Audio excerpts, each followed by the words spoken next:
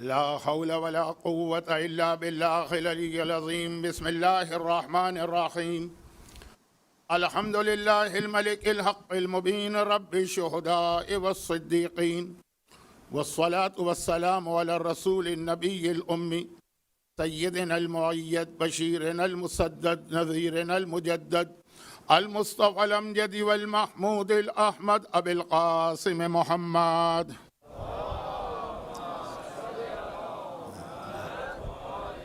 وآله الطيبين الطاهرين الذين أذهب الله عنهم الرجس وطهرهم تطهيرا.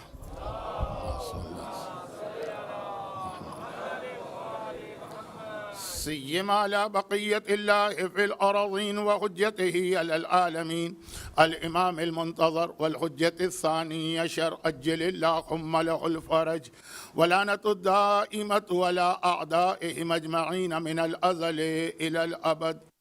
أما بعد فقد قال الله عز وجل في كتابه المبين وفرقانه المتين وقرآنه المجيد: بسم الله الرحمن الرحيم. يوم ترى المؤمنين والمؤمنات يسعى نورهم بأيديهم وبأيمانهم وقال: ومن الناس من يشري نفسه ابتغاء مرضات الله وقال: رضي الله عنهم ورضوا عنه ذلك الفوز العظيم.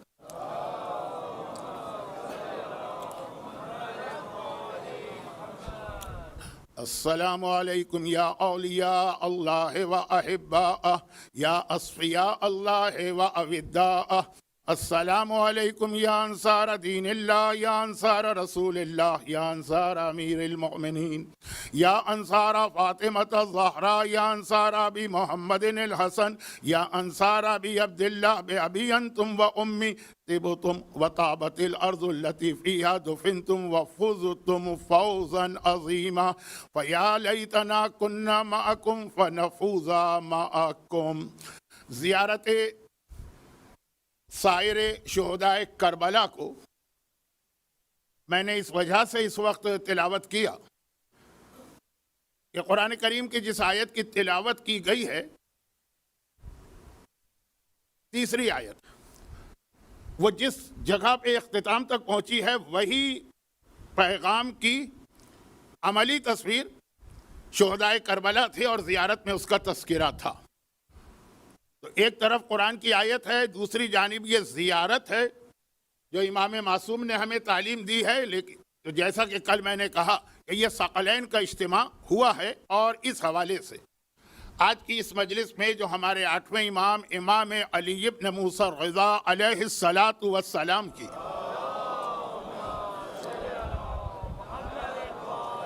شہادت کی مجلس ہے، اسی ثقلین کے فرمان کی روشنی میں بات کو آگے بڑھایا جائے گا. لیکن مجلس کا شروع کا حصہ جو ہمارا موضوع چل رہا ہے اور شب اربعین تک یہ موضوع رہے گا. اربعین کے دن کا عنوان تو مختلف ہو جاتا ہے، اور پھر اربعین کے بعد جو شام وطن کی مجلس ہے اس کا بھی شاید عنوان مختلف ہو.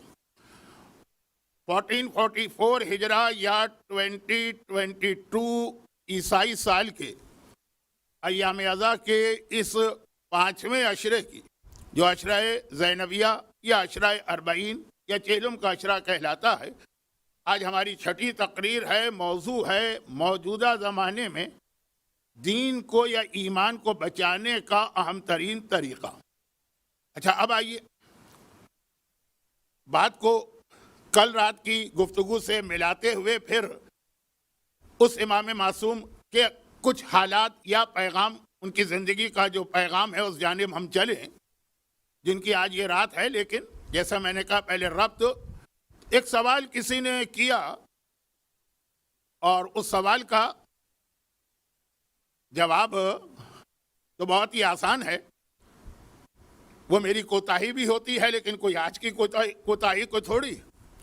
اگر آپ حضرات پھر اس جملے کو یہ نہ سمجھیں کہ مولانا کچھ شوبازی کر رہے ہیں یا اپنا پروپیگنڈا کر رہے ہیں، تو 2022 کا مطلب ہے کہ ممبر پر مجلسیں پڑھتے ہوئے مجھے 49 سال ہو گئے. تو اب یہ 49 سال کی یہ خراب عادت اب تو ٹھیک نہیں ہو سکتی ہے، زندگی گزر گئی ہے، تو آخری لمحے ہیں۔ اور وہ یہ ہے کہ کسی نے کہا کہ مولانا مسلسل یہ 3 مجلسیں جو ہیں یہ نماز کے موضوع پر ہوئی، تو آپ کا کیا خیال ہے کہ امام بارگاہ علی رضا شارجہ میں آنے والے یہ مومنین یا ان کی ایک معقول تعداد کیا بے نمازی جو مسلسل اسی موضوع پہ بات کی جا رہی؟ تو جیسا کہ میں نے کل بھی کہا اور پرسوں بھی کہا کہ موضوع پر بات تو ذرا کم ہو رہی ہے، کچھ ادھر ادھر میں بہک کر بھٹک کر نکل جاتا ہوں، پھر واپس آتا ہوں۔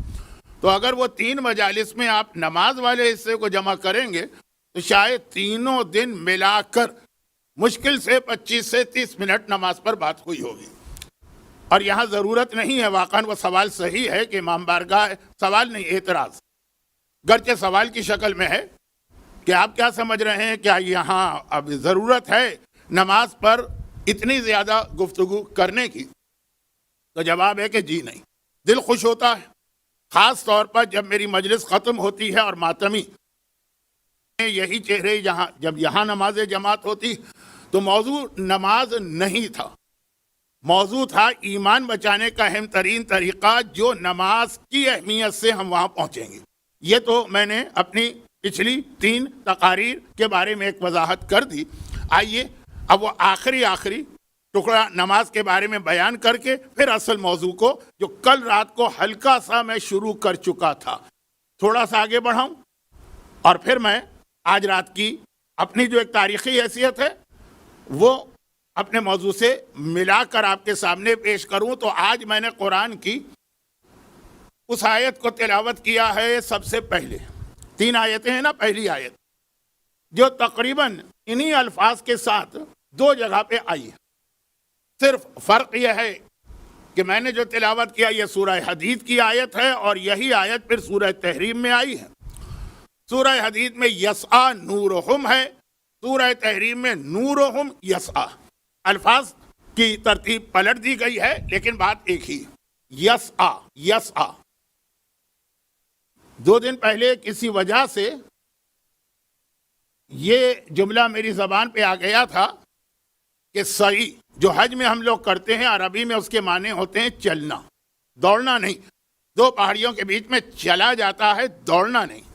حرام نہیں ہے، غلط نہیں ہے، لیکن جو اصل لفظ ہے سعی کے معنی چلنا، وہی لفظ ہے یسعی سورہ حدید۔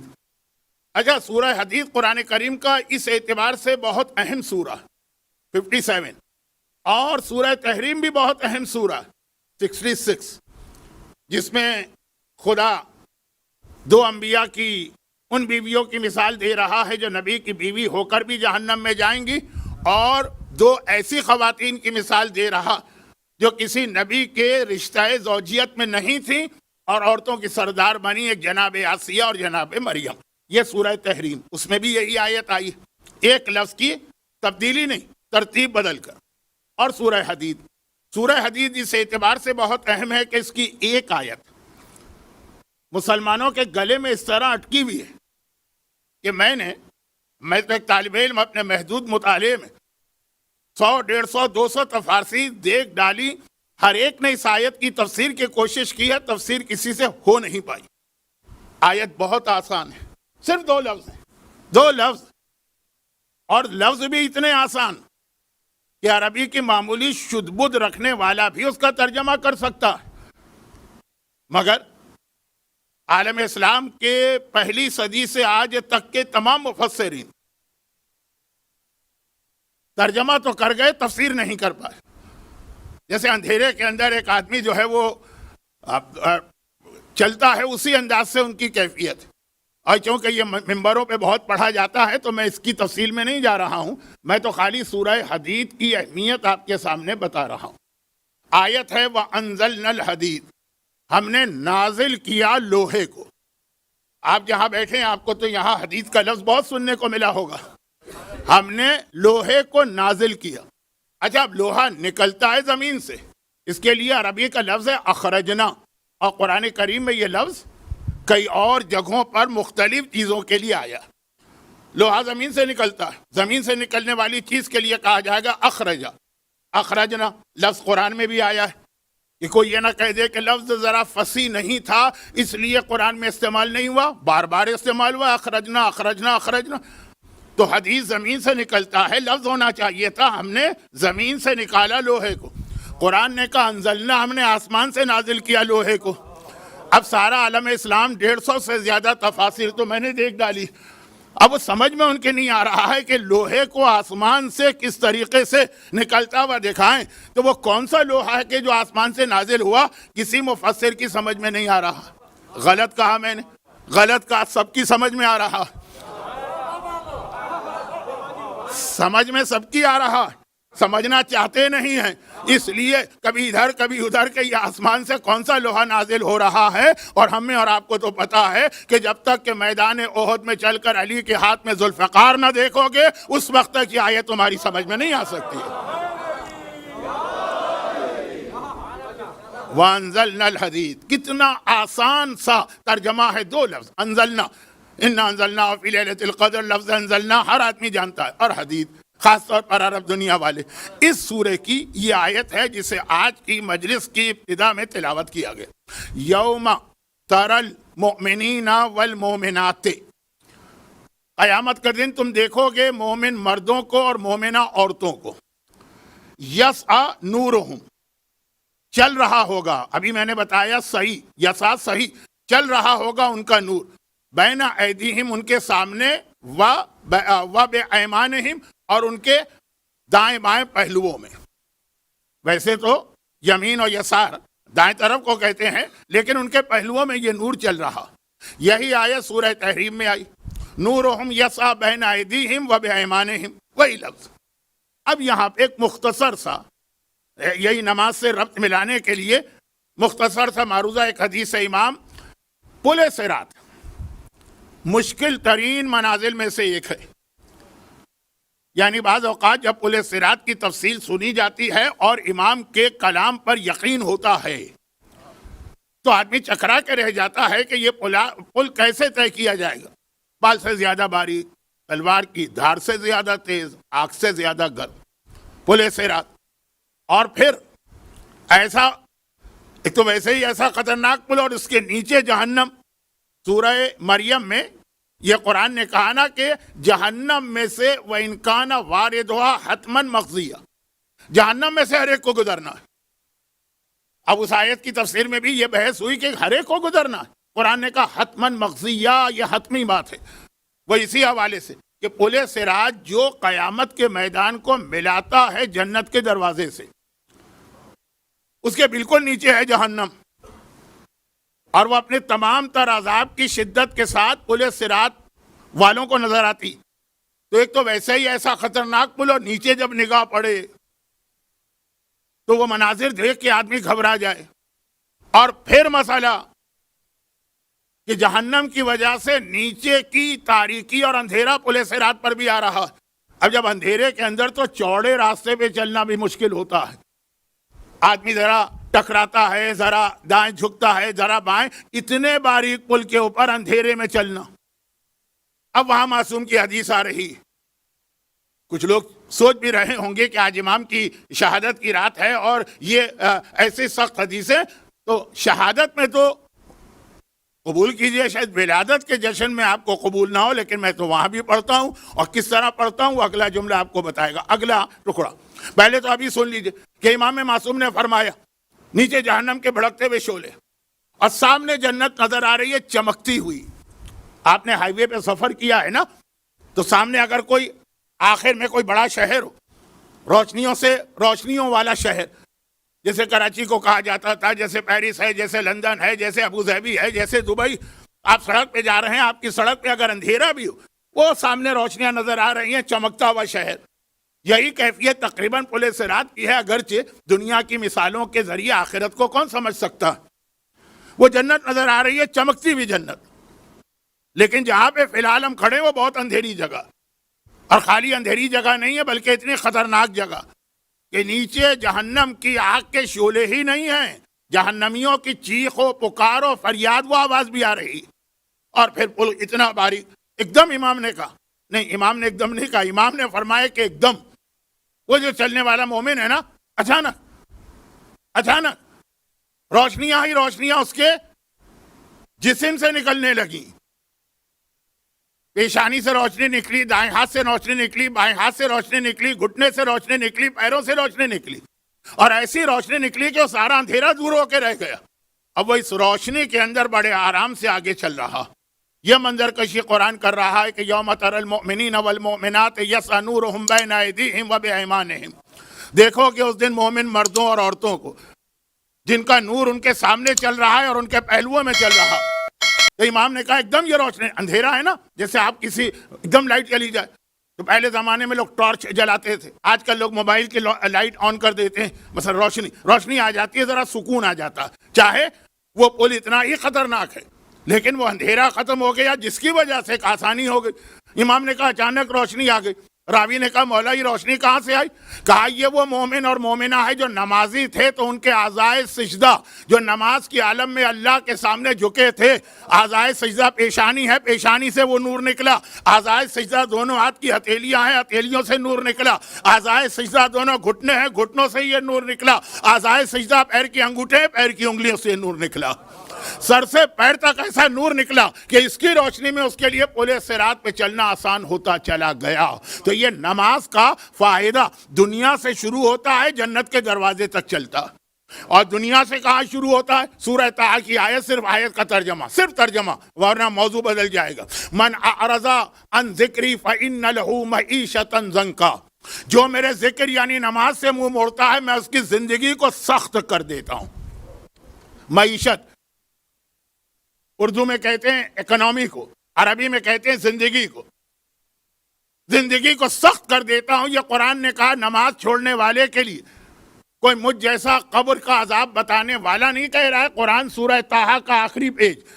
زندگی تنگ ہو جائے گی. بہت سے لوگوں کو یہ تجربہ ہوا ہوگا کہ ان کی زندگی کے معاملات چلتے چلتے ایک دم سے جو ہے وہ راستے بند ہو جاتے ہیں. اور ایک نہیں، ہر چیز میں. خاص طور پر لوگ ایک کمپلین تو کرتے ہیں لیکن یہ ہر چیز میں. جاب انٹرویو دینے گئے، ساری چیز ٹھیک ہو رہی ہے، عین وقت پہ پتہ چلا جاب نہیں ملا. دوسرا، بیٹیوں کی شادی، رشتے آ رہے ہیں، اچھے اچھے رشتے ہیں اور ان لوگوں کو بھی پسند آ رہا ہے لیکن عین وقت پہ رشتہ نہیں ہوا. میں تفصیل کی طرف نہیں جا رہا ہوں ورنہ آج کی رات کا حق ادا نہیں کر پاؤں گا. اس لیے یہ جو زندگی میں تنگی آ جاتی ہے، ایک دم معاملات صحیح ہموار چلتے چلتے رک جاتے ہیں، راستے بند ہو جاتے ہیں آخری منزل پہ جا کے. خاص طور پر شادی کے بارے میں آج کل تو لوگ بہت کہتے ہیں کہ مولانا رشتے آ رہے ہیں، پتہ نہیں کیا ہو جاتا ہے آخر میں وہ لڑکے والوں کو. تو قرآن نے ایک وجہ قرآن نے بتائی. یہ نہیں کہا کہ یہی وجہ ہے، کہا لیکن ایک وجہ یہ کہ اگر تم نے میرے ذکر کو چھوڑا ہے تو تمہاری زندگی کو تنگ کر دیا جائے گا. دنیا سے تنگی شروع ہوئی، پل صراط کی تنگی دور ہوئی. دنیا کی تنگی شروع ہوئی نماز سے منہ موڑنے سے، آخرت کی تنگی دور ہوئی نماز کو ادا کرنے سے. اب یہ جو نماز ہے اتنی اہم عبادت، یہ میرا موضوع نہیں ہے، جبکہ آج چوتھے دن بھی 10 منٹ میں نے آپ کے لے لیے. موضوع اس کے بعد ہے اور وہ سنیے. اب اچھا یہاں پہ رک کے ایک حدیث ابھی سنا دوں، شاید بعد میں موقع نہ ملے. ہے پل صراط. پل صراط ہے بہت مشکل مرحلہ، بہت ہی مشکل.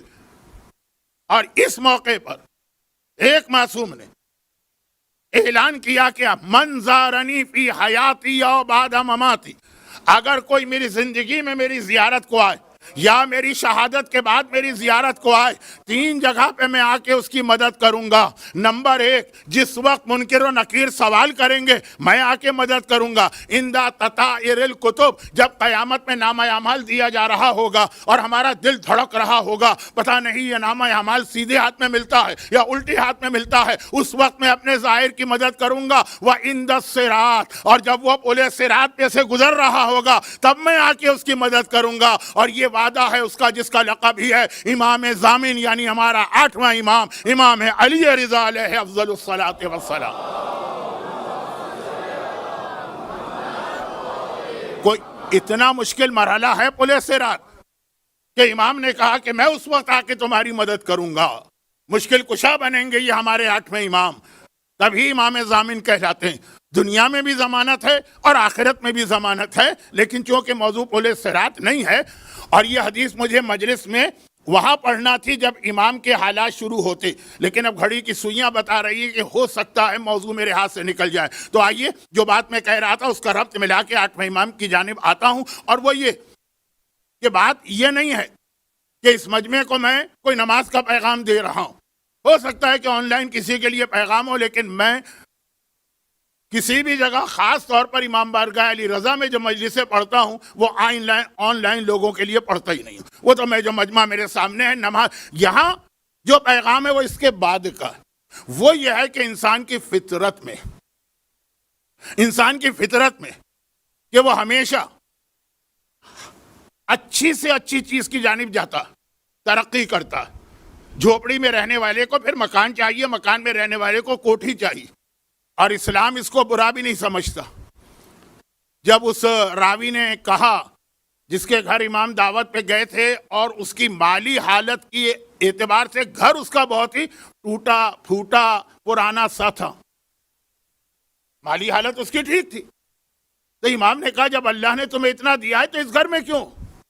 کہا مولا کیا میرے باپ کا گھر ہے، باپ کی یادگار ہے، میرا دل نہیں چاہتا کہ باپ کی یادگار کو چھوڑ کے ایک نیا مکان لوں۔ جواب امام کا یہ تھا، یہ جس امام کی آج شہادت ہے نا، ان کے بابا، جواب یہ تھا کہ اگر تمہارے باپ نے حماقت کی ہے تو کیا ضروری ہے کہ تم بھی حماقت کرو؟ اچھی چیزوں میں بزرگوں کی پیروی کی جاتی ہے، بری چیزوں میں نہیں کی جاتی۔ تو یہ جملہ تھا امام کا کہ جب اللہ نے دیا ترقی کرو۔ اسی طرح سے جاب، جہاں سے آپ نے اپنا اسٹارٹ کیا ہے کیریئر 18 سال کی عمر میں، مرتے دم تک وہاں پہ آپ نہیں رکیں گے، بہتر سے بہتر چاہیے۔ حالات آپ کو بہتر جاب نہ دلوائیں وہ الگ بات ہے، کوشش کرتا ہے۔ گاڑیاں، کیا ہم لوگ اپنے بچپن میں اس کو کیا کہتے ہیں، پھٹ پٹی، کیا وہ جو موٹر سائیکل یا بائک، وہاں سے آغاز کرتا ہے آدمی، مرسیڈیز پہ جاتا ہے کہ نہیں جاتا؟ مجبوریاں ہوں الگ بات ہے، لیکن ہر ایک کا دل چاہتا ہے ترقی۔ چلیں آج کل کی زیادہ بہتر مثال ہے، چائنا کے موبائل سے بات شروع کرنے والوں کو آئی فون 14 چاہیے کہ نہیں چاہیے؟ سنا ہے کہ وہ آنے والا ستمبر میں یا اکتوبر میں، مجھے نہیں معلوم، ابھی سے ایڈوانس بکنگ ہو رہی ہے۔ خیر یہ تو میرا ڈپارٹمنٹ ہی نہیں ہے موبائل، لیکن ہر ایک کو دیکھا کہ جیسے جیسے نئے ماڈل آ رہے ہیں وہ بھی اپنے ماڈل کو بہتر سے بہتر کرتا جا رہا، ورنہ آئی فون وہ 1 اگر کوئی ہو تو وہیں پہ رکنا چاہیے تھا، کام تو اس سے چل رہا۔ بلکہ بعض لوگ کہتے ہیں پرانی چیزوں سے زیادہ بہتر کام ہوتا ہے۔ آج بھی پاکستان میں فضول بات، کتنے ہی ایسے لوگ ہیں جو کہتے ہیں پرانے زمانے کے وہ جو کالے رنگ کے فون ہوتے تھے نا، کیا کہنا تھا اس فون کی کوالٹی کا، آج تو کچھ بھی نہیں۔ تو خیر بہتر وہ کارکردگی دکھانے کے باوجود آدمی کی فطرت میں، تو مکان ہو کہ جاب ہو کہ گاڑی ہو کہ موبائل ہو، بے شمار مثالیں۔ شہادت کی رات ہے، کوئی ہنسی مذاق مجھے اچھا نہیں لگتا، اس لیے میں بیوی کی طرف نہیں جاتا ہوں۔ ہر چیز آدمی جو ہے نا ترقی کرتا جا رہا، تو سوال یہ پیدا ہوتا ہے نماز جیسی ہم نے شروع کی ہے، کیا مرتے دم تک ویسی رکھنا ہے کہ نماز کو بھی اچھے سے اچھا بنانا؟ اچھا میں جو بات کہنے جا رہا ہوں وہ آپ کے ذہن میں بھی نہیں ہوگی، جو بات میں کہنے جا رہا ہوں، بس اس کو خالی ٹچ کروں گا، اور چونکہ امام کی رات ہے تو اس طرف آ جاؤں گا۔ نماز کو بھی بہتر سے بہتر بنائیے۔ آج کل ہمارے بعض بچوں اور بچیوں کے ذہن میں ایک شیطانی خیال آ رہا ہے، اس کی وجہ سے یہ مجلس کے 2 یا 4-5 منٹ لے رہا ہوں، اور پھر تفصیل انشاءاللہ کل سے آئے گی۔ آج رات کی وجہ سے اس سے زیادہ تفصیل ممکن نہیں۔ تو وہ کیا چیزیں؟ نماز کو بہتر سے بہتر بنائیے۔ آئی فون 1 سے 5، 5 سے 8، 8 سے 11، 11 سے 14 تک پہنچا دیا آپ نے۔ نماز بھی ایسی ہو کہ جیسے جیسے آدمی نماز پڑھتا جائے وہ نماز جو ہے وہ بہتر سے بہتر، خوبصورت سے خوبصورت، اللہ کی بارگاہ میں زیادہ سے زیادہ قبول ہو۔ جیسے بلڈنگوں میں آپ نے دیکھا ہوگا، آپ تو کافی عرصے سے یہاں پہ ہے نا، پرانی بلڈنگیں آج سے 15 سال کی، اور آج کی لفٹ لگتی، پہلے زمانے کی لفٹ وہ کھڑکھڑ کرتی بھی چل رہی ہے، پھنس گئے تو پھنس گئے، آدھے گھنٹے چیخو پکار کیا، کیونکہ میں شارجہ ہی میں پھنس چکا ہوں اس لفٹ میں، زندگی میں ایک ہی بار پھنسا تھا، وہ اسی شارجہ کے اندر پھنسا تھا، اس اعتبار سے وہ تجربہ اب تک یاد ہے۔ آدمی کو قبر کا مزہ آ جاتا ہے اگر زیادہ لمبا اس کے اندر وہ پھنس گیا پرانی. اور آج کیسی فاسٹ لفٹیں آتی, 70 منزلہ 80 منزلہ عمارت میں سیکنڈوں میں پہنچا دیتی. یہ ترقی ہے نا. نماز بھی لفٹ ہے. معراج المومن, مومن کو یہاں سے اٹھا کے وہاں لے جا رہی ہے.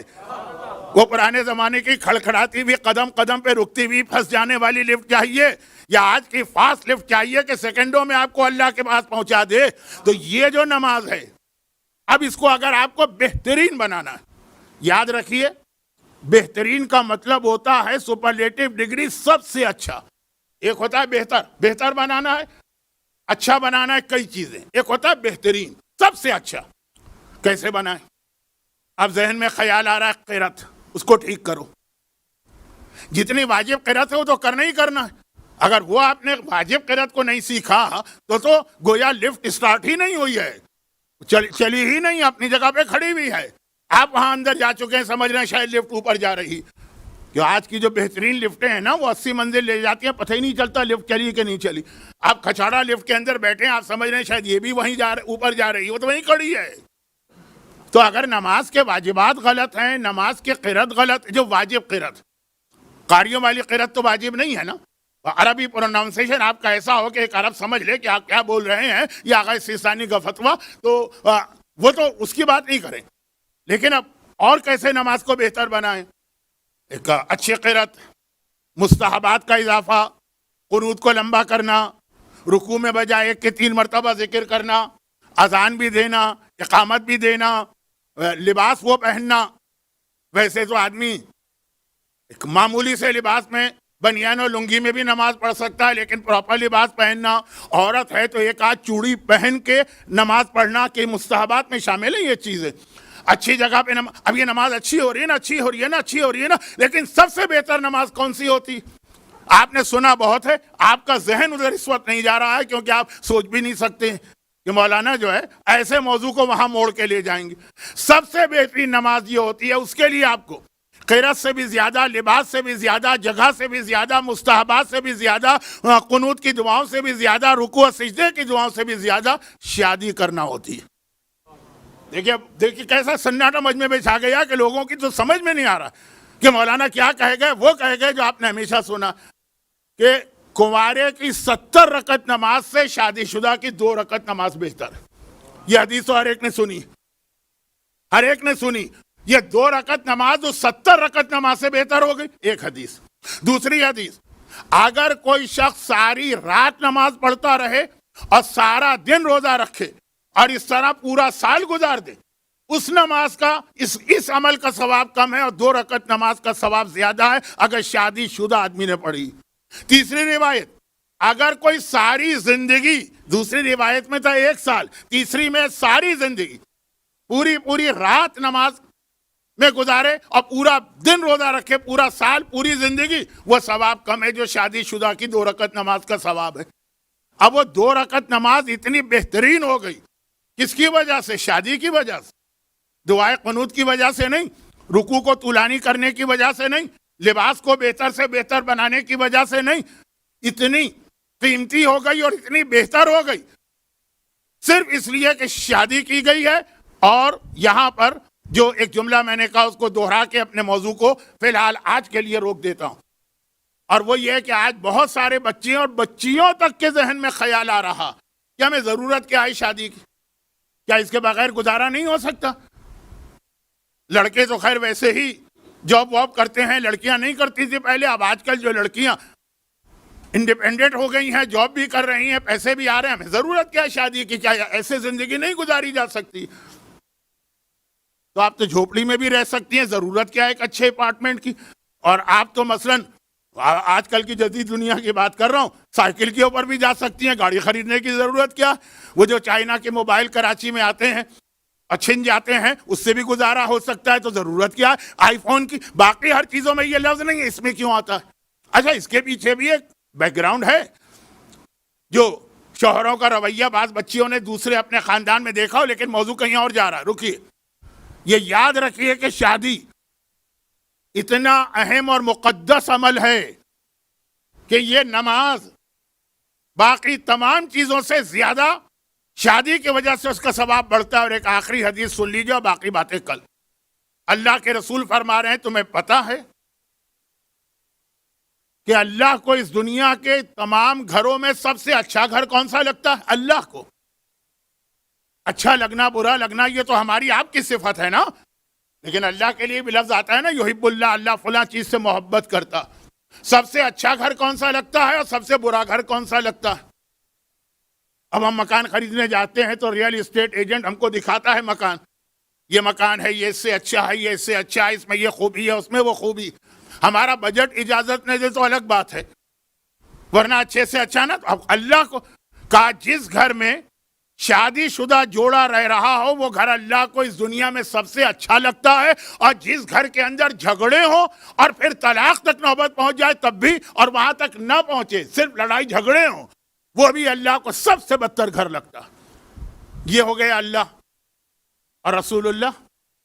وہ اللہ سے الگ تو نہیں ہے لیکن خاص یہاں پہ الگ کا، النکاح من سنتی فمن رغب عن سنتی فلیس منی، نکاح میری سنت ہے، جو اس سنت کو چھوڑے گا فلیس منی، اس کا مجھ سے کوئی تعلق نہیں ہے۔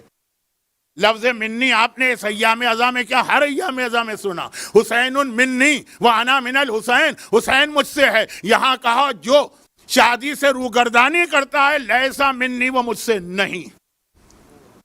تو یہ اتنا معمولی عمل نہیں۔ اچھا کیوں اس کی اتنی اہمیت ہے؟ 70 رکعت نماز نہ پڑھیے، 2 رکعت نماز پڑھ کے باقی وقت اپنے بیوی بچوں کو دیں، کیوں اس کی اتنی فضیلت؟ ایک جملہ کہہ دوں کیونکہ بات نامکمل سمجھی جائے گی۔ آج کے دور میں ایمان کو بچانے کا اہم ترین طریقہ نہ نماز ہے، نہ روزہ ہے، نہ دعائے کمیل ہے، یہ ساری چیزیں اہم ہیں۔ اہم ترین چیز آج کے زمانے میں ایک ایسی شادی شدہ زندگی ہے جس میں شوہر بیوی کے لیے قربانی دے اور بیوی شوہر کے لیے، باقی باتیں انشاءاللہ کل ہوں گی۔ لیکن اور کچھ سمجھ میں نہ آئے تو اتنا ہی سمجھ لے انسان کہ اللہ کو سب سے زیادہ محبت کا لفظ آیا نا، اللہ کو محبت ہے، محبت اللہ کو راضی کرنے والا یہ عمل ہے۔ اور اللہ کو راضی کرنا آج خطبے کے بعد دوسری آیت اور تیسری آیت۔ دوسری آیت کیا تھی؟ وَمِنَ النَّاسِ مَن يَفْتَنُ نَفْسَهُ ابْتِغَاءَ مَرْضَاتِ اللَّهِ، ایک ایسا بھی انسان ہے جو اللہ کی رضا کو خریدتا۔ اب میں اس کی تفصیل میں نہیں جا رہا۔ اللہ کی رضا اتنی قیمتی چیز ہے کہ علی کا بستر پہ سونا اور اس کی قیمت یہ رضا پروردگار بنی۔ لیکن اس کے بعد سورہ مائدہ کی سیکنڈ لاسٹ آیت، سورہ مائدہ جس میں الیوم اکملت لکم دینکم کی آیت ہے، سورہ مائدہ جس کے اندر یا ایھا الرسول بلغ ما انزل الیک کی آیت، اس کی لاسٹ آیت سے پہلے والی، اس آیت میں ایک پیغام دیا گیا ہے جو شہداء کربلا کی زیارت میں، مجمع کی بڑی تعداد بعد میں آئی ہے۔ آج میں نے خطبے کے بعد شہداء کی زیارت کو مختصر کر کے پڑھا تھا اس لفظ کی وجہ سے۔ آیت کیا ہے؟ رضوا عنہ رضی اللہ عنہم ورضوا عنہ، اللہ کے کچھ ایسے بندے کہ جو اللہ سے راضی ہوتے ہیں اور اللہ ان سے راضی ہوتا۔ جب اللہ سے راضی ہو تو کہتے ہیں راضیہ، جب اللہ راضی ہو تو کہتے ہیں مرضیہ۔ قرآن نے کہا وَذَلِكَ الْفَوْزُ الْعَظِيمُ، اور اگر تم نے اللہ کی رضا کو حاصل کر کے اس منزل پہ پہنچ گئے کہ اللہ بھی تم سے راضی ہے، اس سے بڑی کامیابی کوئی نہیں ہے۔ ذَلِكَ الْفَوْزُ الْعَظِيمُ، زیارت وارثہ کے تیسرے حصے کا آخری جملہ، یا لیتنا کننا معکم فَنَفُوزُ مَعَكُمْ، فوز، وہی لفظ فوز جو سورہ مائدہ میں آیا۔ تو ہم بھی یہ فوز مانے کامیابی، قرآن نے کہا خالی کامیابی نہیں ہے، عظیم، سب سے بڑی کامیابی یہ کہ اللہ تم سے راضی ہو جائے۔ اب پھر یہاں پہ میں موضوع پہ ذرا سا 2 قدم پیچھے ہٹ کے صرف آیت پڑھ کے واپس آ رہا ہوں۔ اللہ کیسے راضی ہوتا ہے؟ ہم تو اللہ سے راضی ہیں، اللہ کیسے راضی ہوتا؟ سورہ مریم آیت بھی کتنی ہے؟ حسین نمبر ہے 55، 2 پنجتن 55۔ کیا آیت ہے؟ وَاذْكُرْ فِي الْكِتَابِ إِسْمَاعِيلَ إِنَّهُ كَانَ صَادِقَ الْوَعْدِ وَكَانَ رَسُولًا نَبِيًّا، اس کتاب میں ذکر کرو اسماعیل کا۔ یہ بھی آپ نے سنا ہے کہ یہ وہ اسماعیل نہیں ہے جو ابراہیم کے بیٹے ہیں، یہ ایک اور نبی، صادق الوعد، وہ سچے تھے۔ کان رسولا نبیّا، رسول بھی تھے، نبی بھی تھے۔ سچائی پہلے ہے، رسالت و نبوت بعد میں، کیونکہ رسالت و نبوت کا سارا دار و مدار ہے کہ آپ کو نبی کی بات پر یقین ہو، شک نہ ہو. تو نبی کی بات پہ یقین ہو تبھی رسالت و نبوت پہ اعتقاد ہو سکتا. تو سچائی پہلے ہے، رسالت بعد میں. پھر قرآن نے وَكَانَ يَأْمُرُ أَهْلَهُ بِالصَّلَاةِ وَالزَّكَاةِ وَكَانَ عِندَ رَبِّهِ مَرْضِيًّا. وہ اپنے گھر والوں کو نماز کا حکم دیتے تھے، بس اللہ کے پاس وہ پسندیدہ تھے، اللہ ان سے راضی تھا. مرضیہ، وہ لفظ مرضیہ جو آقا حسین کی قرآنی خصوصیت ہے. یا ایتھا النفس المطمئنہ ارجعی الی ربک راضیۃ مرضیہ. حسین مرضی ہیں، یہاں کا اسماعیل مرضی ہیں، اور یہاں وجہ بتائی کیونکہ وہ گھر والوں کو نماز پڑھاتے ہیں. تو یہ نماز وہ عمل ہے جو اللہ راضی ہوتا ہے ہم سے. وذالک الفوز العظیم، اور یہ بہت بڑی کامیابی ہے. مگر اب اس مگر سے آ جائیے آج کے موضوع پر. مگر 8ویں امام کے حالات میں لکھتا ہے کہ امام کا چاہنے والا بھی نماز کی وجہ سے امام سے گھبرا رہا. وہ واقعہ میں نے اتنی دفعہ پڑھا کہ اب تو مجھے یہ واقعہ پڑھتے ہوئے بھی شرم آ رہی ہے، لیکن بہت ہی مختصر پھر بھی پڑھ دوں. جب یہ 8ویں امام دارالخلافہ بلائے گئے، مرف جو رشیا کی آزاد اسٹیٹس میں سے ایک میں ہے آج کل، تو مامون رشید عباسی نے کیونکہ امام کو بلایا تھا تو میزبان کے طور پہ اس نے سارے انتظامات کی. تو وہ ایک کنیز کہتی ہے کہ میں مامون کے محل میں تھی، مجھ سے کہا گیا کہ تم تو شیعہ بھی ہو، تمہارا ہی امام آ رہا ہے، مجھے کسی کو تو بھیجنا ہے ان کی خدمت کے لیے، تم سے بہتر کون ہوگا؟ تم تو ان کی امامت کی بھی قائل ہو نا. ایک تو جیسے بہت انگریزی کا مشہور ایک جملہ ہے یا کہاوت ہے کہ آدمی کو اگر اپنا پسندیدہ جو اس کا مشغلہ ہابی ہے وہی جاب بن جائے اس کا، اس سے بہتر جاب کیا ہوگا؟ تو کہا کہ تم تو ویسے ہی ان کو امامت کو مانتی، مجھے کسی کو بھیجنا تھا، تم چلی جاؤ. خوشی سے گئی. لیکن کہتی ہے کہ چند مہینے رہی، اللہ سے دعا کرنے لگی خدا بندہ اس گھر سے مجھے کسی طرح سے رخصتی مل جائے. بھئی کیوں؟ کہ امام کے گھر میں باقی ساری باتیں تو پھر بھی میں نے جوں توں کر کے برداشت کر لی. خود یہ جملہ بھی کتنا سخت ہے. باقی تو پھر بھی میں نے برداشت کر لیا. باقی کیا برداشت کرنا پڑا اسے؟ کون سے امام کے گھر میں کوڑے پڑتے تھے جو اس زمانے میں کنیزوں کی عام سزا تھی؟ کون سا امام کے گھر کے اندر برا بھلا کہا جاتا تھا، سب و شتم کیا جاتا تھا، جو اس زمانے میں غلاموں اور کنیزوں سے کام رویہ تھا لوگوں کا؟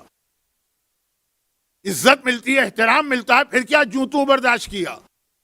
نہیں، جوں تو یہ برداشت کیا کہ مامون کے محل میں روزانہ رات کو گانے کی محفل سجتی تھی، امام کے گھر میں روزانہ رات کو تلاوت قرآن ہوتی، مامون کے محل میں روزانہ ڈانس پارٹی ہوتی تھی، امام کے گھر میں روزانہ مثلاً عبادتیں ہوتی، مامون کے محل میں شراب نوشی ہوتی تھی، امام کے گھر میں وہ روکھی سوکھی ملتی ہے. بعض اوقات جب انسان عیاشیوں کا عادی ہوتا ہے کہتا ہے فاقے کروں گا لیکن گانا مجھے سننا. تو خیر کہہ رہی باقی باتیں تو چلو پھر بھی برداشت کر لیں، لیکن یہ جو امام کا ایک حکم تھا کہ روزانہ فجر کے وقت ایک غلام اور ایک کنیز مقرر جس کا کام ہی یہ ہے کہ تمام مردوں اور عورتوں کو بیدار کرے، اور امام فرماتے ہیں میرے گھر میں کوئی شخص نماز کے وقت میں سو نہیں سکتا. یہ آئی کہاں سے؟ مامون کے محل سے. آپ شارجہ میں ہیں نا تو آپ کو تو یہ بات عجیب نہیں لگ رہی ہوگی. یہ آئی ہے مامون کے محل سے جہاں رات کی ساری پارٹیاں ہوتی، 2 ڈھائی 3 بجے تک ہلا گلا ہاؤ ہو شور شرابہ ہوتا ہے، پھر پڑھ کے سوتے ہیں، دوپہر کے 12 بجے اٹھتے ہیں، اور اسے اب اٹھنا پڑ رہا ہے 4 بجے مثلاً. کچی نیند سے آدمی اٹھتا ہے تو اس وقت اس کی کیا حالت ہوتی ہے؟ ایک آدھ دن تو برداشت ہو جائے، روزانہ تو نہیں نا. تو میں نے دل میں سوچا اس سے اچھی میں مامون کے محل میں تھی، نام امام کا لیتی تھی، محبت بھی امام سے کرتی تھی، زندگی اپنی مرضی سے گزارتی تھی. یہاں آ کے تو اب امام کی مرضی سے زندگی گزارنا پڑ رہی ہے. یہ نماز اور فجر کی نماز، اور آپ کو معلوم ہے نا کہ مشہد و مرو میں سردیاں کتنی شدید ہوتی ہیں، اور اس میں یہ نماز کے لیے اس وقت اٹھنا. آج تو پھر بھی ہیٹنگ ہے، گیزر ہے، ٹھنڈا پانی گرم ہو جاتا ہے اس وقت. اور یہی پیغام ہمیں معصوم نے بار بار دیا، یہی پیغام بار بار دیا کہ امام زمانہ کو بلانے والوں اور کاش کاش کہہ کے امام کو پکارنے والوں یہ سمجھ کے یہ سمجھ کے پکارنا کہ امام آئیں گے تو آنے کے بعد کیا نظام لے کر آئیں گے. ایسا نہ ہو کہ تم کچھ اور سمجھ کے پکار رہے ہو وہاں کچھ اور نکلے. امام کے آنے کے بعد تو تمہیں نمازیں پڑھنا پڑیں گی. کیا مجلس کے شروع کا جملہ کہ مولانا کیا آپ شارجہ کے مومنین کو بے نمازی سمجھتے ہیں؟ نہیں. لیکن عورتوں کو حجاب کرنا پڑے گا، لیکن مردوں کو یہ گانے بجانے سے بچنا پڑے گا. مگر جاب کرنے والوں اور کاروبار کرنے والوں کو لقمہ حرام سے اپنے آپ کو بچانا پڑے گا. یہ سمجھ کے امام کو بلائیے. لیکن یہاں رک کر ایک بات یہ بھی کہہ دوں کہ 8ویں امام نے ہی زمانے کے امام کی تیاریاں کروانا شروع کر دی تھیں. پیغام تو رسول اللہ کے زمانے سے مل رہا، لیکن تیاریاں دو چیز. نمبر 1، یہ 8ویں امام تھے جب ان کے سامنے زمانے کے امام کا تذکرہ ہوتا تھا. کون ہے زمانے کا امام؟ زمانے کا امام ان کے پوتے کا پوتا، انہی کی اولاد ہے. لیکن جب ذکر ہوتا ہے 8واں امام سر پہ ہاتھ رکھ کے اپنے سر کو جھکا لیتا. یہ جو ہمارے یہاں ایک طریقہ ہے، ایک آداب میں، ایک سنن میں شامل ہے، یہ سب سے پہلے تاریخ میں رپورٹ ہوا 8ویں امام کے حوالے سے. یہ بھی ایک پیغام ہے نا کہ مولا آپ جب آئیں گے سو آئیں گے، سر تو ابھی سے آپ کی خدمت میں حاضر ہے. ایک پیغام ہے آپ کے لیے کہ ہم تیار ہیں آپ کے لیے ہر قربانی دینے کو. یہ 8واں امام. وہ جملہ بھی 8ویں امام کا ہے کہ جب میرا بیٹا ظاہر ہوگا تو ہر وہ 20 سال کا نوجوان سزا پائے گا جس نے حلال و حرام کے مسائل نہیں سیکھے ہیں. تیاری ہو رہی کہ بھائی اگر امام کو بلا رہے ہو تو سیکھو ان مسائل کو. اچھا یہاں پہ میں ایک فارمولہ آپ کو بتا دوں. یہ 8واں امام ہے. یہ 2-3 باتیں جو اب تک میں نے بیان کی، تینوں کا تعلق زمانے کے امام سے ملا، مگر 8ویں امام کی سیرت سے. نمبر 1، نماز کا وہ پیغام کہ جو کنیز کہہ رہی ہے کہ اس گھر سے باہر ہوتی تو اچھا تھا، کہیں کسی مومن یا مومنہ کی زبان پر یہ جملہ نہ آ جائے ظہور کے بعد کہ اس سے تو اچھا تھا مولا ابھی اور غیبت میں رہتے، ہم تو اپنی زندگی آرام سے گزار کے چلے جاتے پھر آتے مولا. جیسے ہمارے باپ اور دادا امام کو پکارتے بھی رہے اور زندگی بھی اپنی مرضی سے گزارے. کہیں ایسا نہ ہو کہ جملہ کسی کی زبان پہ اس لیے آ جائے کہ وہ امام زمانہ کی حکومت کے قوانین کی سختیاں برداشت نہ کر سکے. نمبر 2، امام کے نام پہ سر جھکا کے سر پہ ہاتھ رکھ کے پیغام دینا، ہر قربانی کے لیے تیار ہوں. یہ چند درہم، یہ چند دینار، یہ چند پاؤنڈ، یہ چند ڈالر، یہ کچھ دیر کا گانا، یہ کچھ دیر کی مکس گیدرنگ، اس کی کیا حیثیت ہے؟ اور پھر امام کے لیے تیاری کہ وہ حلال و حرام سیکھو، جو ہماری قوم کا اس وقت اتنا بڑا مسئلہ ہے، جو چہلم کی مجلس میں زیارت 40 کے جملے سے ملے گا. لِيَسْتَنْقَذَ عِبَادَكَ مِنَ الْجِهَالَةِ. اللہ میں گواہی دیتا ہوں آقا حسین نے یہ قربانی دی تاکہ بندوں کو جہالت سے نکالا جائے. اچھا یہاں رک کر ایک فارمولہ آپ کو دے دوں زمانے کے امام کے بارے میں، اور پھر 8ویں امام کے حالات کو آگے بڑھاؤں. فارمولہ سن لیجئے، بہت آپ کے کام بھی آ سکتا ہے، میرا پورا اشرہ بھی ہے. اشرے کا عنوان کیا ہے؟ کاش. یہ ہے اشرے کا عنوان. ہمارے ہاں لفظ کاش آتا ہے کربلا کے حوالے سے، کیونکہ زیارتوں میں جملہ اسی حوالے سے آیا، فَيَا لَيْتَنِي كُنْتُ مَعَكُمْ فَأَفُوزَ مَعَكُمْ. کاش میں آپ کے ساتھ ہوتا. لیکن میری اشرے کی تمام مجالس کا عنوان تھا وہ کاش جو مختلف موقعوں پہ 13 معصومین کی زبان پہ جاری ہوئے. اگر کبھی رسول اللہ نے کسی چیز کو دیکھ کے کہا ہو کاش، جیسے کعبے کو دیکھ کے کہا تھا نا کہ کاش میں اسے اپنے دادا ابراہیم کے نقشے پہ بنا سکتا. شیعہ اور سنی دونوں کی متفقہ حدیث صحیح بخاری میں بھی اور ہماری کتابوں میں بھی ہے، کیونکہ حضرت عائشہ سے ہے کہ یا اے عائشہ لولا قوموں کی حدیث بالاسلام لنہدمت وجعلت لہا بابین. اگر تیری قوم نئی مسلمان نہ ہوتی تو میں کعبے کو توڑ دیتا اور اس کو بناتا اپنے دادا کے نقشے پر. یہ رسول نے کاش کہا، کاش. لیکن حالات کے تحت رسول نے اس کاش پہ عمل نہیں کیا. مولا نے تو اتنے کاش کہے کہ پورا خطبہ بن گیا روضۃ الکافی میں کہ کاش میں یہ تبدیلی کر سکتا، میں یہ تبدیلی کر سکتا، میں یہ تبدیلی کر سکتا. اور اس طرح اور معصومین، یہ سارے کاش جو ہے نا 13 معصومین کے، سب کو پورا کرنے والے کا نام ہے زمانے کا امام. انہی کا وارث ہے، انہی کا درود بھیجے محمد والا. کاش کاش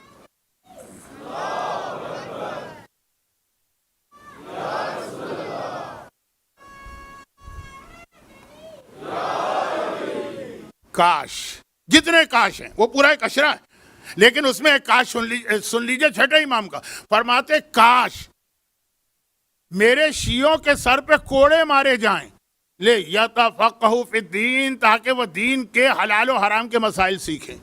یہ چھٹے امام نے کاش کہا، اب 12واں امام آ کے اس پہ عمل کرے گا جو میں نے ابھی آپ کو ایک فارمولہ دیا، اور یہ ہمیں پیغام کس نے دیا؟ یہ 8ویں امام نے دیا۔ کون 8واں امام؟ وہ 8واں امام جسے اپنی زندگی میں اس مشکل ترین امتحان سے گزرنا پڑا، جس کے حوالے سے ایک جملہ تو خود امام نے کہا کہ یا یہ امتحان میرے جد رسول خدا کو دینا پڑا یا مجھے دینا پڑ رہا، باقی بیچ میں کتنے معصومین ہیں کہا نہیں یہ امتحان یا ان کا ہوا یا میرا ہو رہا ہے۔ بہت سخت امتحان تھا، اور وہ جو میرا موضوع کل رات کو صلہ رحمی اور آج جو شادی کے حوالے سے ہوا، یہ ان دونوں سے ملے گا، تو اب یہ کل آنے والی مجلس کا موضوع وہی آگے بڑھے گا، تو وہاں یہ آ جائے گا بہت اہم امتحان اور بہت سخت امتحان اور بہت عجیب امتحان۔ لیکن کل ابھی اس سے پہلے کچھ 8ویں امام کا ایک اور حوالے سے تعارف، اور وہ یہ کہ جب ہم ائمہ طاہرین کے حالات پہ نگاہ ڈالتے ہیں تو 8ویں امام کے حالات بہت زیادہ ہمیں مشابہ نظر آتے ہیں مولا علی سے۔ یہ بھی ایک موضوع ہے، امیر المومنین اور 8ویں امام بہت زیادہ مشابہتیں ہیں۔ بچوں کے لیے جلدی جلدی 3-4 چھوٹی چھوٹی باتیں بیان کروں، پھر مسائل پر آ جاؤں، کیونکہ آج تابوت بھی ہے۔ اعلان اگرچہ انتظامیہ کر چکی ہے لیکن اس وقت لوگ کم تھے کہ تابوت کی دور سے زیارت کیجیے گا، اور کووڈ کے حوالے سے جتنے قوانین ہیں ان کا احترام کرتے ہوئے۔ تو نام دیکھیے، بہت مشہور حدیث ہے، اولنا محمد، آخرنا محمد، اوسطنا محمد، کلنا محمد۔ اس حدیث کو دیکھ کر ایک حدیث میں بھی بناتا ہوں، اعلان کر کے بناتا ہوں۔ لوگ تو بغیر اعلان کے بنا دیتے ہیں نا، حدیث اور پیسے لے کے بناتے ہیں، لیکن میں اعلان کر کے بناتا ہوں جیسے یہ حدیث ہے ویسے یہ سمجھ لیجئے کہ یہاں اولنا بھی علی ہے، آخرنا بھی علی ہے، اوسطنا بھی علی ہے، کلنا بھی علی ہے، سب محمد بھی ہیں، سب علی بھی ہیں۔ لیکن نام کے اعتبار سے یا پہلے امام کا نام علی ہے یا 8ویں امام کا نام علی ہے۔ اور بھی امام ہیں 2 اور جن کے نام علی ہیں، لیکن مشابہت کی بات، کیونکہ نام علی کنیت، عربی زبان میں ایک چیز کنیت ہوتی ہے جس کو سمجھانے کا موقع نہیں۔ مولا کی مشہور کنیت ہے ابو الحسن، خصوصاً آپ مولا کے بہت واقعات سنیں گے، قضاوت کے جو پہلے خلفاء کے زمانے کے تھے تو ہر ایک کہتا تھا اے ابو الحسن یہ مسئلہ، اے ابو الحسن یہ پرابلم۔ مولا کی مشہور کنیت ہے ابو الحسن، اور 8ویں امام کی بھی مشہور ترین کنیت ہے ابو الحسن۔ کنیت بھی ایک لقب، نام، کنیت، ٹائٹل، لقب۔ مولا کا مشہور ترین لقب ہے مرتضی، اور 8ویں امام کا لقب ہے رضا المرتضی۔ رضا مرتضی ایک ہی چیز ہے، جس نے اللہ کی رضا کو خرید لیا ایک طرح سے، وہ بھی رضا ہے، یہ بھی رضا ہے، وہ بھی مرتضی ہیں، یہ بھی مرتضی ہے۔ ایک بات اور عرض کر دوں، اور وہ یہ ہے کہ اگرچہ ہر معصوم کے پاس یہ معجزہ تھا اور یہ معجزہ لوگوں نے دیکھا بھی کہ وہ جب چلتے تھے تو نرم چیز پر ان کے پیر کا نشان نہیں بنتا تھا، جس پر ہمارے اور آپ کے پیر کا نشان بن جاتا، اور سخت چیز پر ان کے پیر کا نشان بن جاتا تھا، جس پہ ہمارے اور آپ کے پیر کا نشان نہیں بن سکتا۔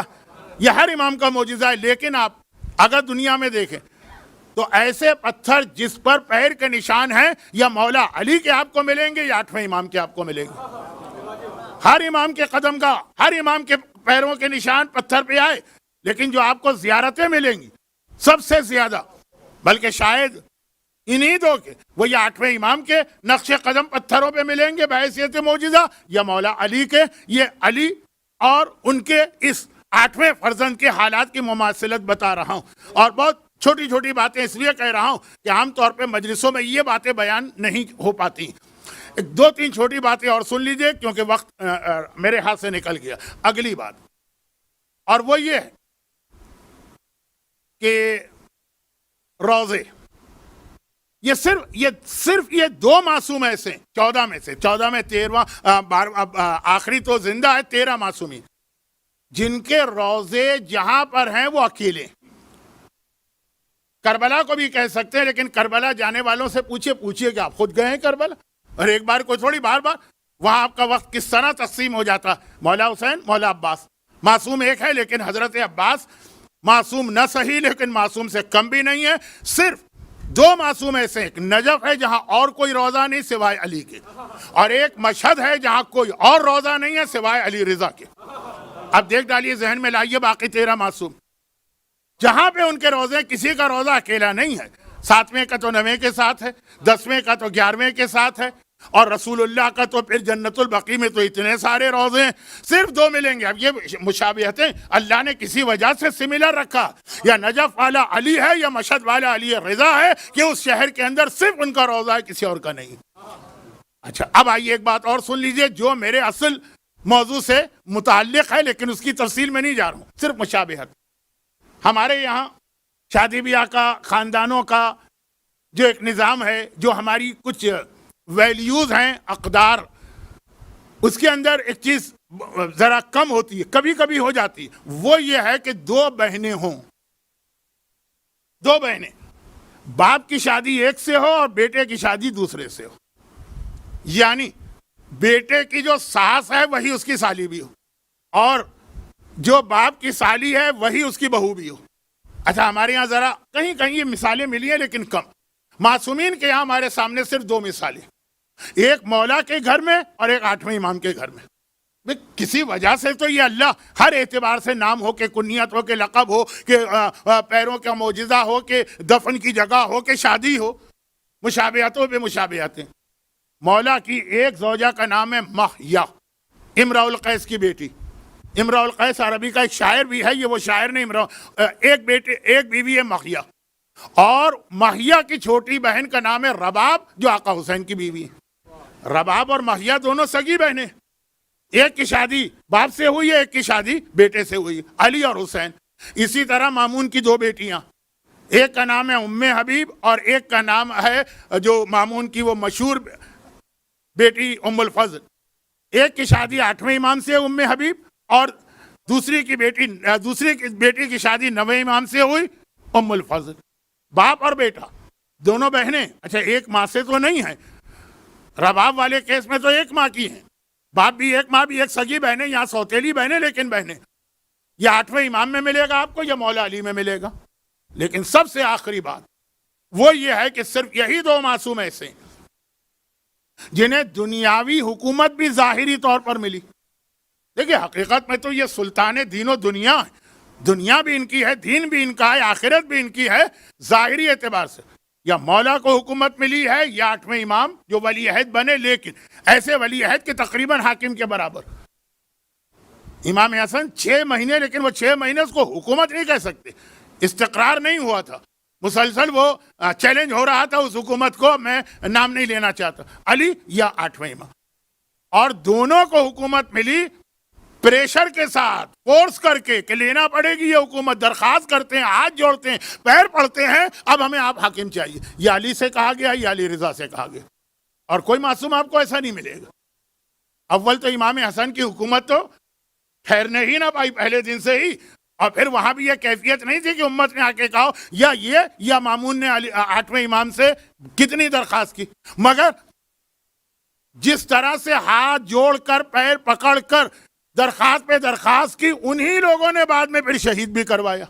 یا علی کو شہید کروایا اس امت نے, یا علی رضا کو زہر دلوایا اسی مامون نے.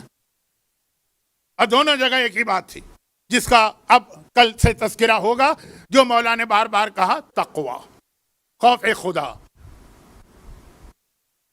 کسی کا یہ احسان نہیں مانا جائے گا کہ چونکہ اس نے کہا کہ ہم آپ کو حاکم بناتے ہیں تو اب ہم اس کا فیور کریں.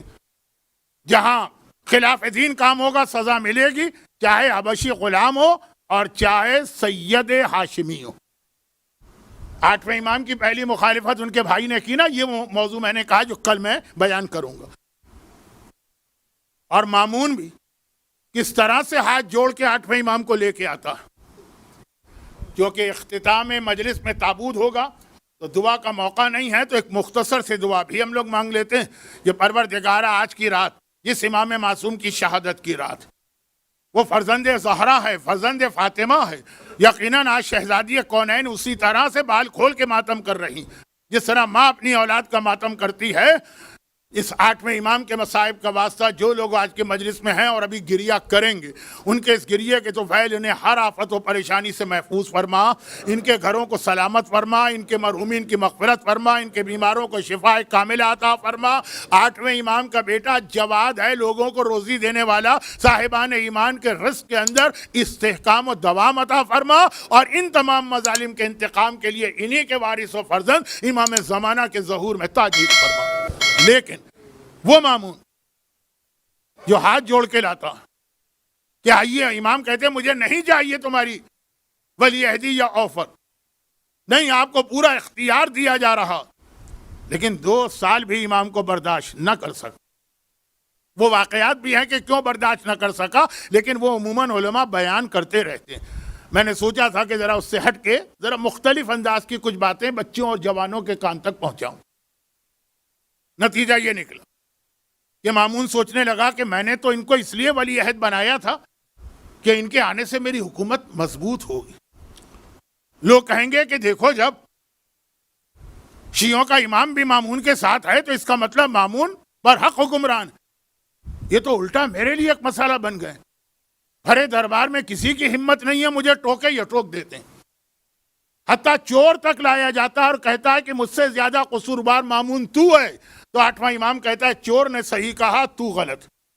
بھرے دربار میں حکمران کے منہ پر ایک واقعہ ہو، 2 واقعہ ہو، وضو غلام سے کروا رہا، غلام کیا حیثیت رکھتا ہے؟ امام نے غلام کے سامنے ٹوک دیا، تو عبادت نہیں کر رہا، تو عبادت میں شریک کر رہا ہے، کسی کو شرک کر رہا۔ ایک عام آدمی برداشت نہیں کر سکتا اگر وضو خانے میں کوئی غلطی کرے اور ہم ٹوک دیں، 2 باتیں وہ ہم کو سنا دے گا۔ اور کہا ایسا حکمران؟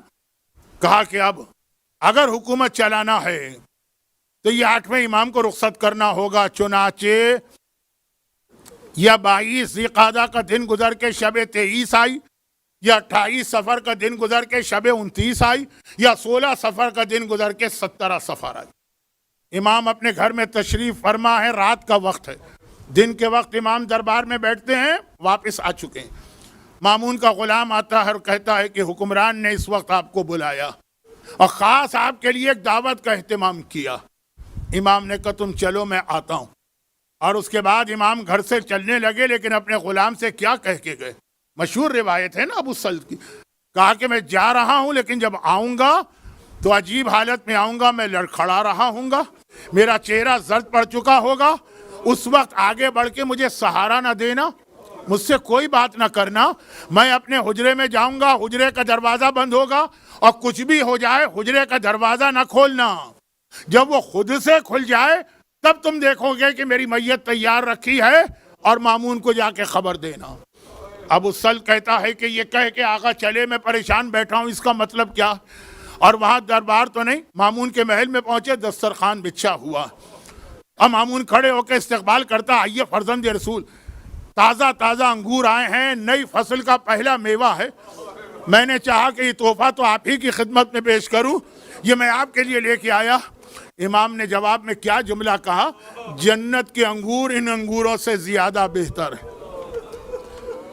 ایک مرتبہ چونک کے کہتا ہے یہ جملہ ایسا لگ رہا ہے کہ آپ کو میرے اوپر کوئی شک و شبہ ہو رہا، اگر ایسی بات ہے تو پہلے میں یہ انگور چکھتا ہوں۔ وہاں پہلے سے ہی ان انگوروں میں سے آدھے میں زہر ملایا گیا تھا جو امام کے سامنے رکھے تھے، آدھے بالکل عام سے انگور تھے۔ مامون نے 2 دانے چکھے، کہا مولا اب تو آپ کو یقین ہو گیا کہ یہ انگور بالکل ٹھیک ہیں۔ امام نے ایک مرتبہ 2 انگور خود بھی نوش کیے، مگر کھانا اور پانی بسم اللہ الرحمن الرحیم پڑھا جاتا ہے نا، رضاً بقضائہ و تسلیما لامرہ تو نہیں پڑھا جاتا ہے نا۔